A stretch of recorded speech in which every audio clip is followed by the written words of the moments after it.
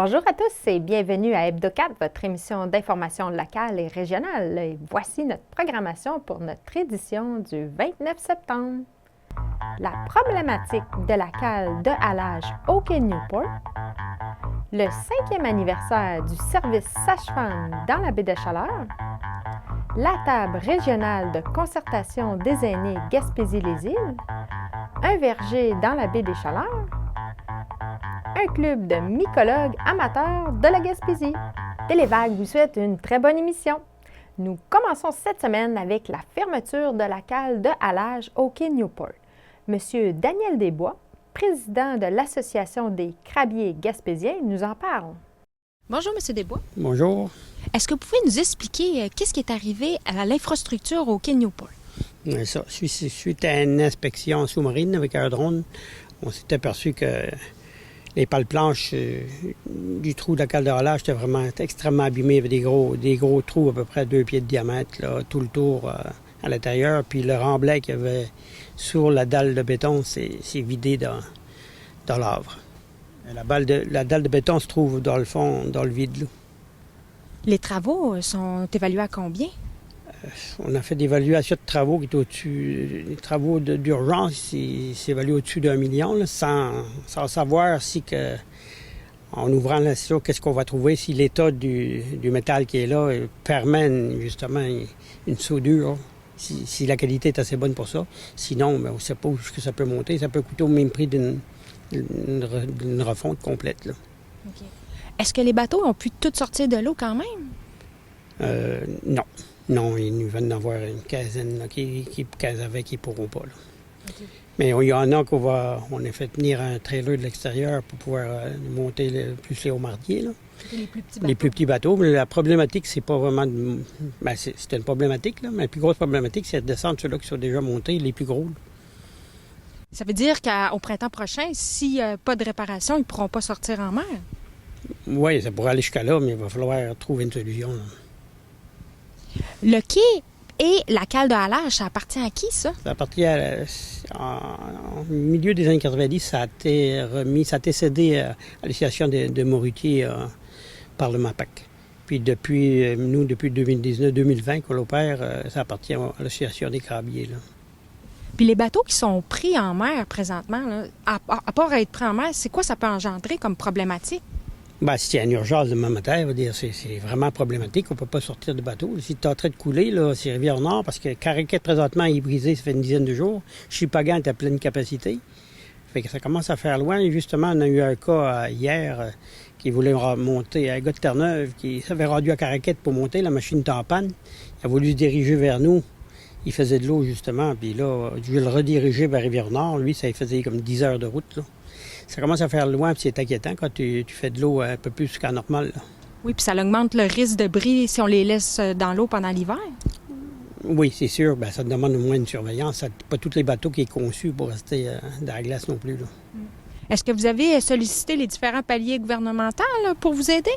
Oui, tout le monde est inquiétant. Puis tout le monde est au courant, puis on est en mode solution. Tout le monde, il travaille comme c'est là, il travaille très bien avec nous là, pour trouver une solution. Bien, je vous remercie beaucoup, puis on vous souhaite bonne chance que ça se règle vite. Nous aussi. Merci. Télévague était présent au rassemblement pour souligner le 5e anniversaire du service sage-femme dans la baie des Chaleurs. Nous en avons profité pour discuter avec des femmes qui sont engagées pour cette cause. Bonjour Caroline. Bonjour. Nous sommes rassemblés aujourd'hui ici pour quelle raison à Bonaventure? C'est un événement qu'on a organisé Accès Sage-Femme Baie des Chaleurs pour souligner les 25 ans de la légalisation de la pratique sage-femme au Québec, puis aussi pour célébrer les 5 ans du service sage-femme ici dans la baie des Chaleurs. Pendant une longue période plus récente, il y a eu des accouchements qui étaient faits vraiment exclusivement par les médecins.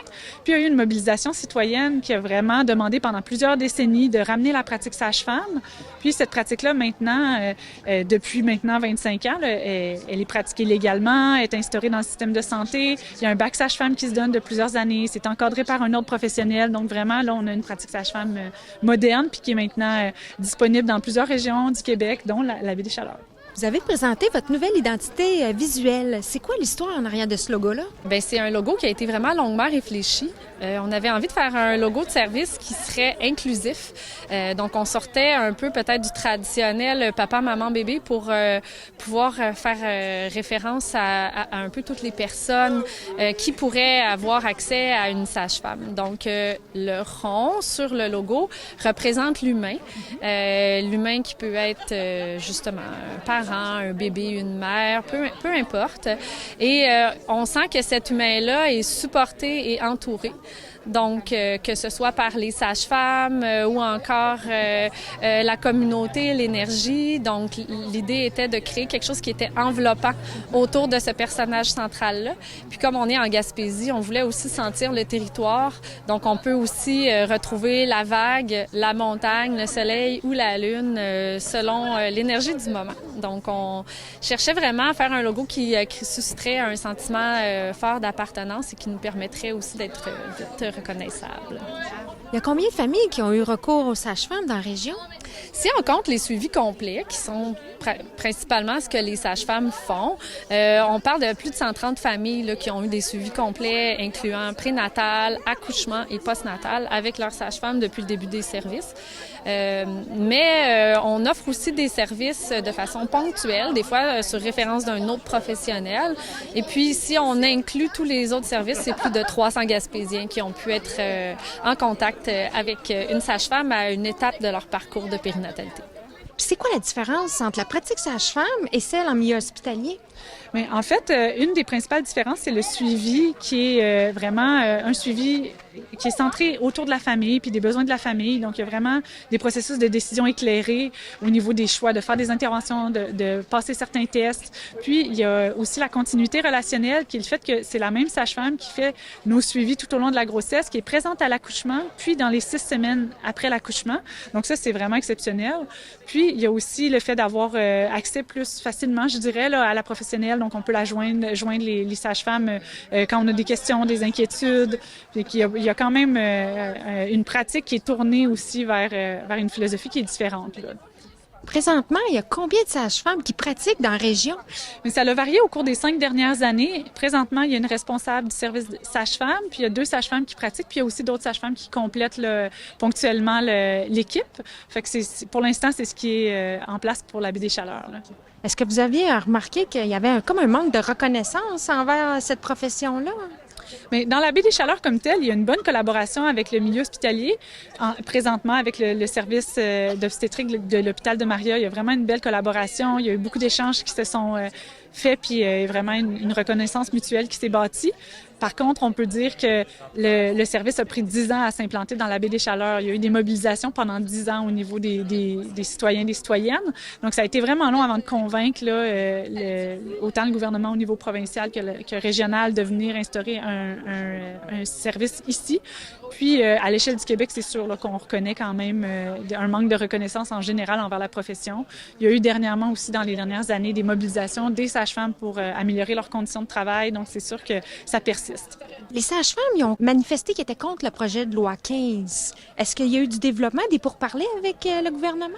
Il y a finalement eu des amendements qui ont été acceptés par le gouvernement, qui étaient proposés par le regroupement des sages-femmes. Donc, il y a eu des améliorations. Puis c'est sûr que là, le projet de loi est passé. Il y a des changements qui sont en train de se mettre en place. Fait que c'est difficile là, de juger de l'effet vraiment du projet de loi 15 comme tel. Mais on va suivre ça assez précisément là, pour pouvoir en commenter plus tard. Vous, personnellement, vous avez eu recours à une sage-femme. Qu'est-ce que vous avez retenu de cette expérience-là? Sincèrement, je trouve ça extraordinaire comme profession. Vraiment, c'est un suivi qui est attentionné, qui est vraiment centré, comme je le disais, sur la femme, sur la famille, sur les décisions. On peut vraiment être au centre de l'expérience là, de l'accouchement, puis de donner naissance, d'accueillir une nouvelle personne dans notre famille. Donc, toutes les sphères de la vie d'une famille sont abordées au fil des suivis. Puis, je trouve que j'ai vraiment pu avoir une bonne compréhension de ce qui se passait au niveau physiologique, de comment aborder l'accouchement, comment se préparer à l'accouchement, c'est quoi le rôle que moi je peux avoir puis sur mon accouchement, comment je peux me préparer vraiment. Puis ensuite, avoir le suivi aussi dans les 6 semaines qui suivent, ça permet vraiment de boucler la boucle, là, vraiment d'accueillir le nouveau-né puis d'avoir les conseils encore de cette même personne-là qui nous a suivis. Puis moi, pour mon deuxième enfant, j'ai pu avoir accès à l'accouchement à domicile, ce qui est seulement permis avec les sages-femmes. Puis ça, c'est vraiment une expérience qui, pour moi, était exceptionnelle. Moi, je le recommanderais à tout le monde, vraiment, parce que c'est un service qui permet vraiment de faire des choix éclairés pour soi et pour son bébé. Et j'ai beaucoup apprécié l'accompagnement qui était chaleureux et vraiment personnalisé aussi. J'avais accès à beaucoup d'informations par rapport à ma grossesse. Le 1er octobre, c'est la Journée internationale des aînés. Sylviane Pipon, coordonnatrice à la table régionale de concertation des aînés, nous explique tout ce qu'ils font pour aider ces personnes essentielles à notre société. Bonjour, Madame Pipon. Bonjour. Pouvez-vous nous présenter le rôle de la table régionale de concertation des aînés de Gaspésie et les Îles-de-la-Madeleine? Oui, c'est long comme titre. Oui. En effet, on est un organisme régional. Les tables de concertation régionale ont été mises sur pied en 99 par le secrétariat des aînés. Et il y en a partout dans chacune des régions et on a comme rôle principal d'être une voie de communication entre les aînés et le ministère, le secrétariat des aînés, avec toutes les informations que le secrétariat descend ou le ministère Santé et Services sociaux pour les aînés. Alors, on est une voie aussi, un lieu de concertation avec les partenaires régionaux pour être capable de identifier des enjeux et également trouver des pistes de solutions à mettre en place, des plans d'action à mettre en place pour solutionner des problèmes. C'est qui vos partenaires dans ce gros regroupement-là? Étant donné qu'on est régional, on a beaucoup de partenaires régionaux et locaux également. Il y a, c'est sûr, le CIS de la Gaspésie des îles, de la Madeleine. Il y a aussi les MRC, les municipalités aussi avec qui on travaille sur des projets.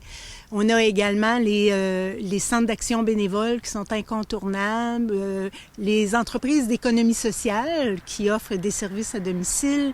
On en a plusieurs, une liste quand même exhaustive de partenaires là, qu'on travaille à chaque jour. Vous avez plusieurs grands dossiers qui vous tiennent à cœur. Si on commençait avec la maltraitance, c'est pas nécessairement seulement physique. Comment qu'on peut la reconnaître? Non, la maltraitance prend différents visages et de nos jours, je dirais que la maltraitance qui est le plus connue, le plus étendue, c'est la maltraitance économique et la maltraitance psychologique. Et des fois, c'est des proches qui entourent les aînés, malheureusement, qui sont les premiers affectés ou les premiers qui sont autour de ça. Et pour la table régionale, l'importance, c'est de faire beaucoup la sensibilisation de cette journée. Aussi, on a une journée une fois par année, le 15 juin, où on fait la promotion, la sensibilisation. Il y a plusieurs activités d'organiser dans chacun des territoires par les tables régionales en maltraitance. C'est des tables locales en maltraitance. Et on organise des activités. On donne beaucoup d'informations et sur notre site, on a vraiment un dossier complet sur des liens, comment aller chercher de l'aide, comment identifier. C'est quoi les processus aussi quand on veut dénoncer. Alors, c'est une mine de référence là, qu'on peut se fier. L'approche aidance, contrairement à ce qu'on pense, est beaucoup plus étendue qu'on le croit. Presque 50% de la population est proche aidant, mais ne s'identifie pas comme tel. Alors, aussitôt qu'on aide quelqu'un, qu'on vient en aide à quelqu'un, que ce soit de façon temporaire ou de façon régulière, et on n'a pas besoin non plus d'avoir un lien de parenté, là. Ça peut être le voisin qu'on aide régulièrement. Alors, l'approche aidante, c'est très importante parce que elle vient pallier souvent au manque là, autour de la famille, de l'aîné. Elle vient pallier des fois aussi au manque de ressources humaines. Alors, c'est très important, mais c'est aussi important de s'occuper des personnes proches aidants parce que plusieurs s'essoufflent et plusieurs vivent de la détresse quand c'est des personnes qui accompagnent 24 sur 24 des gens qui sont dans la maladie, alors ça devient épuisant. En Gaspésie, aux îles de la Madeleine, on a un taux là, je dirais, Puis pour parler du coin ici, là, c'est 50% de la population a 65 ans et plus. Alors, on est très avancé au Québec là, en âge. Et les personnes qui sont les moins nantis, c'est les aînés. Alors, on est touché également par la pauvreté des aînés.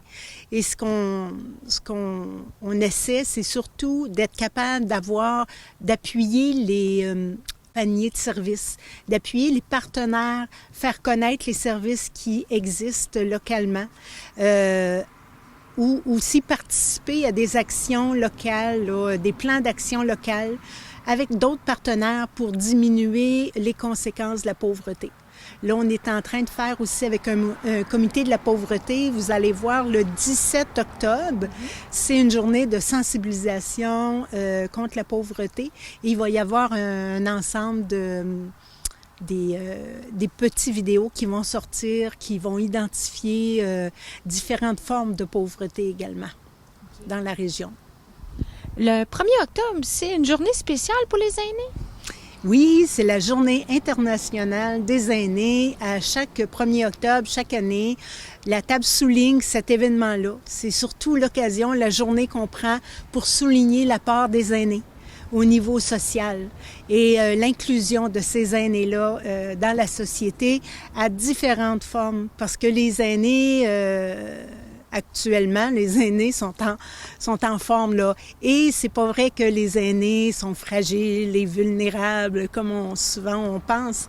Et c'est des aînés qui sont très actifs de nos jours, qui sont en forme, qui vivent qui sont actifs dans la société. Pour mettre un peu de soleil dans nos cœurs, quoi de mieux qu'une cueillette de pommes, de raisins ou de framboises au tout jeune verger agroécologique du Ruisseau à Saint-Siméon. Écoutons les propriétaires nous présenter leur petit coin de paradis. Pouvez-vous nous expliquer comment ça a commencé l'aventure du verger agroécologique du Ruisseau? Le verger a commencé avec la volonté qu'on avait de diversifier la production antérieure, qui était du sapin de Noël, qu'on a fait pendant 25 ans. Donc, on disait, on a un terrain qui est propice à faire d'autres productions que l'arbre de Noël. Puis, il y avait d'autres producteurs en région qui faisaient des pommiers ou une production fruitière. Puis, on disait, mais pourquoi pas se joindre à ce groupe-là? Fait que l'idée de la production fruitière, des pommiers et des autres fruits est arrivée à peu près avec cette même époque-là, en 2019-2020. Là. Combien d'arbres fruitiers vous avez plantés? Bien, au total, on a au-dessus de 800 arbres et arbustes fruitiers, donc pommiers, poiriers, framboises, etc. Là. Le terrain ici, est-ce que ça vous appartient, ça fait longtemps? Bien, c'est une terre qui appartient à la famille Bigawet depuis 6 générations. Nous sommes la première génération à l'utiliser sur une base commerciale. Antérieurement, c'est une terre qui servait plus à l'autosuffisance. Nous, on a débuté le volet commercial avec les sapins de Noël, comme je disais tout à l'heure. Bien, avant de planter toutes sortes d'arbres fruitiers, il faut aménager une clôture pour se protéger des chevreuils. Sinon, bien, c'est eux qui vont profiter des arbres et non nous. Ici, nous avons 10 variétés de fruits dans le verger et particulièrement les pommes, les poires, les raisins et les framboises qui sont en plus grande quantité. Les autres fruits sont là en plus petite quantité et offerts de façon particulière parfois à nos abonnés ou vraiment sélectionnés pour les gens qui nous en demandent. Mais nous offrons vraiment les 4 premiers que je vous ai nommés là, au niveau commercial. Parlez-moi donc, c'est quoi les familles d'abonnés? Les familles d'abonnés, on offre à chaque saison un forfait à des gens qui sont intéressés à avoir un privilège dans notre verger, c'est-à-dire ils peuvent s'abonner au début de la saison en défrayant un coût. Puis, on les informe à chaque fois qu'il y a des fruits à cueillir, ils sont les premiers informés. On veut faire comme un groupe privilège avec ces gens-là. Donc, cette année, nous avons eu 30 familles qui sont venues cueillir en premier les fruits, qui étaient vraiment contents quand on les communiquait avec eux. Puis, ils ont vraiment cueilli une variété de fruits. Par contre, on n'offre pas seulement des fruits aux abonnés. C'est sûr, quand il y a des fruits en plus grande abondance, mais on l'offre au public de façon par la page Facebook ou au chemin de notre verger, c'est-à-dire au bord de la route. On a une affiche, lorsque c'est marqué ouvert, bien, c'est ouvert au public, puis on affiche aussi les fruits disponibles à chaque jour. Depuis quelques années, on transforme des pommes pour faire du jus de pomme qu'on congèle parce qu'il n'est pas pasteurisé, donc pour la conservation, on n'a pas le choix de le congeler.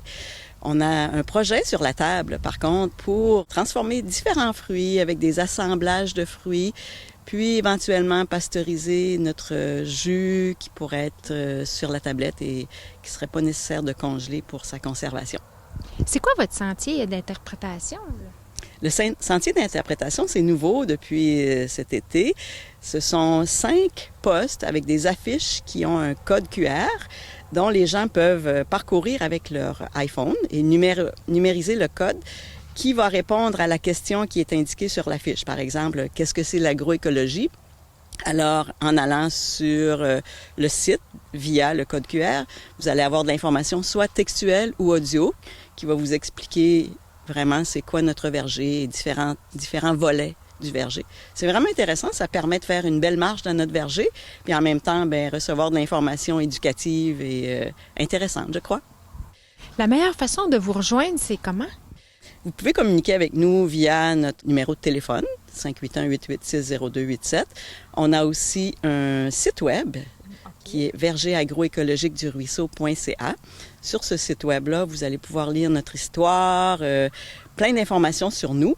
Et ensuite, nous avons aussi une page Facebook qui nous permet de communiquer au quotidien ou vraiment régulièrement sur les journées d'ouverture, les fruits disponibles et aussi répondre à vos questions sur Messenger.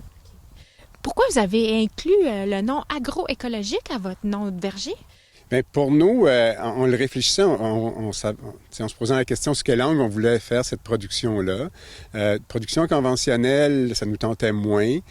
Production plus monoculture, uniquement des pommiers, on trouvait qu'il y avait un défi avec ça au niveau de la commercialisation.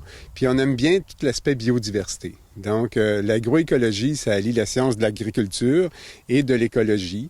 Donc, on pourrait le résumer par biodiversité. Ça fait qu'il y a une dizaine de sortes de fruits différents ici à travers le verger. C'est ce qui fait qu'on l'appelle sous l'angle de l'agroécologie. On pourrait penser permaculture également. Permaculture, on parle beaucoup de diversité, mais souvent permaculture est associée à des jardins communautaires et non à une entreprise avec un volet économique. Bien, j'invite les gens locaux et les touristes qui passent dans la baie des Chaleurs de venir voir notre verger. Vous pouvez même cueillir des fruits. Actuellement, on offre l'autocueillette de raisins rouges, Somerset. Il y a aussi un peu de raisins verts de la variété Roland. On a des framboises d'automne qui commencent autour du 15 août et qui se déroulent jusqu'à un gel significatif. L'an dernier, on a cueilli jusqu'au 30 octobre. Alors, les gens qui veulent en cueillir des framboises, on y va sur réservation, étant donné la quantité limitée.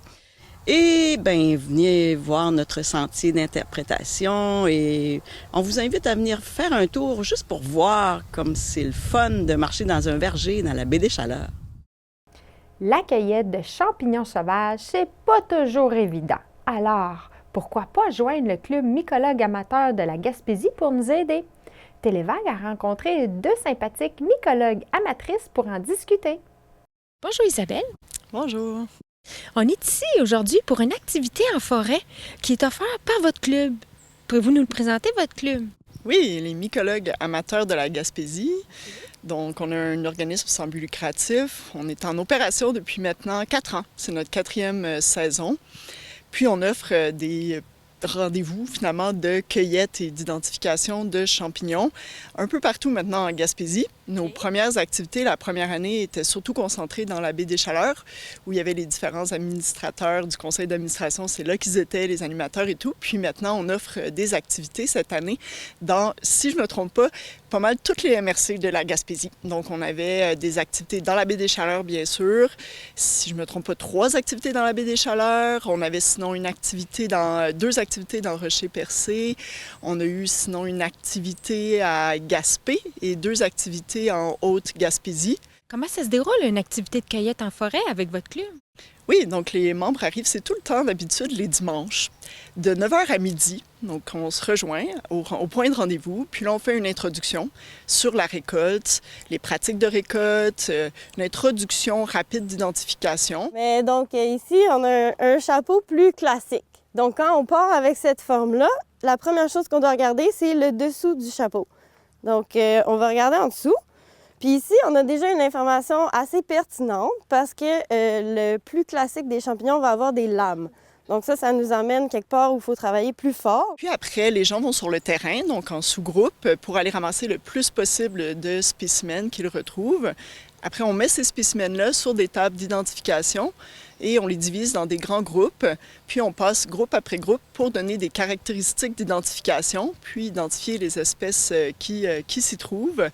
Souvent, on a quand même une très grande diversité, donc on n'arrive pas tout le temps à nommer toutes les espèces, bien sûr, mais on donne beaucoup d'informations aux gens sur les espèces qu'on peut retrouver. Il y a combien d'espèces de champignons environ au Québec? En ce moment, il y en a environ 3000 répertoriés. Puis là-dessus, ça serait quoi le ratio qui serait comestible? Ça serait difficile à dire, mais j'ai lu une étude qui était un peu datée, mais dans les faits, il y avait 1000 espèces connues, répertoriées, et ils identifiaient 23 % de ces espèces qui étaient comestibles. Auriez-vous un conseil à donner pour quelqu'un qui voudrait débuter à récolter des champignons? Ben oui, s'inscrire à des clubs de mycologie et venir aux sorties. On apprend beaucoup sur le terrain avec des gens qui s'y connaissent. Ensuite, se procurer un bon guide pour débuter avec la cueillette des champignons. Plus spécifiquement ici, pour la cueillette des champignons dans la forêt boréale, parce que ça nous aide à préciser notre recherche. C'est quoi qui se passe au grand rendez-vous myco-gastronomique à New Richmond que vous organisez? Oui, donc c'est une fois par année, c'est tout le temps en septembre ce rendez-vous. C'est encore une fois une demi-journée, donc sur la même formule habituelle de demi-journée. On a encore la récolte, puis les tables d'identification. On invite chaque année une personne qui est très spécialisée, qui vient d'un autre club. Ça fait 2 ans qu'on invite Jessica Gauvin, qui est la présidente du club de mycologie du Nouveau-Brunswick. Donc celle qui a démarré ce club, c'est la présidente. Donc ça fait 2 ans qu'elle vient nous aider. Puis on a aussi les spécialistes de notre groupe aussi qui sont présents. Et on a des chefs, d'où le gastronomique. Donc, on a des chefs de la Gaspésie qui viennent sur place, des chefs de différents endroits à Gaspésie, et ils offrent des bouchées. Donc, vraiment, ils cuisinent d'avance une bouchée avec des champignons. Parfois, c'est des salades froides. D'autres fois, ça peut être des galettes à base de champignons. On a déjà eu... donc, plusieurs différents plats là, qui peuvent être offerts. C'est au choix du chef, avec un champignon, bien sûr, forestier qu'on retrouve en Gaspésie. Puis, les participants peuvent déguster donc ces bouchées et aussi les chefs donnent des conseils sur comment apprêter les champignons. Donc, ils partagent un petit peu quelques conseils de leurs recettes, ce qui permet par la suite aux gens de pouvoir les cuisiner chez eux par après. Pour participer à vos activités, est-ce qu'il faut être membre du club? Oui, tout à fait. Donc, pour participer à nos activités, il faut être membre. Comment ça fonctionne pour l'adhésion? C'est une adhésion qui est annuelle. Donc, l'adhésion commence normalement lorsque la saison de récolte commence, lorsqu'on a notre première activité. On va avoir souvent nos premières adhésions à ce moment. Puis, les adhésions, finalement, peuvent être payées lors de la première activité, lors de la première participation. Puis, par la suite, toutes les autres participations durant l'été sont finalement comprises dans le prix de l'adhésion. Donc, supposons que quelqu'un participe à toutes nos activités. Cette année, c'était 10 activités. Donc, c'est 10 activités pour le prix de l'adhésion. Ça peut être juste une sortie, 2 sorties. Ça dépend vraiment au choix. Donc, c'est une adhésion. Il y a une adhésion individuelle, il y a des adhésions familiales. On a maintenant aussi l'adhésion étudiante qui offre un prix étudiant à notre adhésion. L'adhésion comprend aussi des conférences durant l'hiver qui sont des conférences à distance. Donc, ça nous permet de se tenir à jour. Ça pique aussi la curiosité sur certains sujets. Donc, d'en apprendre un petit peu plus. C'est des conférences qui sont habituellement organisées par la Fédération québécoise des groupes de mycologues. Vous avez une belle page Facebook aussi. Tout à fait. Oui, merci. On a en fait une page Facebook qui est Mycologie Gaspésie. Puis on a également aussi une page Facebook des mycologues amateurs de la Gaspésie. Donc, c'est 2 pages Facebook qui se rejoignent, je dirais, beaucoup dans nos activités. On a également un site Internet aussi, mycologue amateur de la Gaspésie. Ça se trouve assez vite si vous tapez mycologue amateur de la Gaspésie. Sur le site, vous allez trouver entre autres aussi la fiche d'inscription. Donc, si vous voulez vous inscrire au club avant, par exemple, la première sortie, vous pouvez aller sur la page. On partage aussi, lorsqu'on partage nos événements, c'est tout le temps sur les pages Facebook, les événements.